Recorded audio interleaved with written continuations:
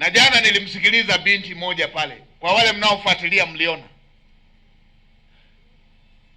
Binti amebakwa, mtoto mdogo chini ya miaka 18, mwanafunzi wa form 1 kidato cha kwanza.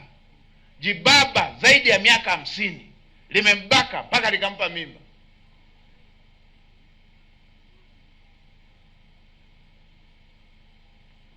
Halafu vipimo vya kwanza vimetoka, vimeonyesha DNA zinafanana.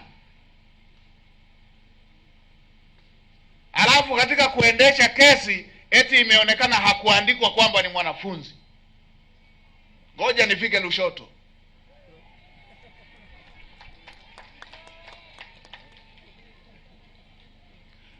Ninapofika Lushoto nikute yule alishakamatwa, akasakwe popote alipo, akamatwe.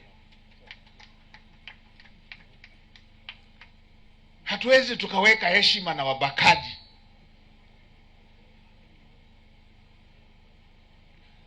Na afisa elimu wa mkoa, huyo mtoto akimaliza kunyonya, yule mtoto, yule mamake aliyebakwa, mama mtoto aliyebakwa, apelekwe shule akaendelee na ndoto yake ya kusoma.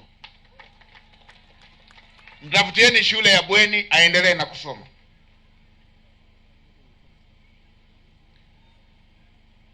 Yule aliyebaka atakipata cha moto. Ninyi mnaoweka, wale wanaofanya njama na wabakaji, kamanda RSO, kamanda wa TAKUKURU, fuatilieni wote waliocheza na hili faili. Fuatilieni na wote waliocheza na hili faili. Wote waliocheza na hilo faili. Niliikuta kesi ya aina hiyo pia kule Mwanza. Imechezewa.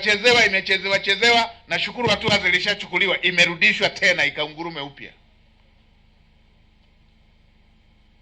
Mna bahati mbaya sana wale wanaopenda vitendo hivi vya kijinga. Sisi wafugaji, ilikuwa tunapofuga likitokea dume likaanza kupanda vindama, ama dume linapanda madume wenzake, tulikuwa tunalihasi tu, wala hamna katiba hapo.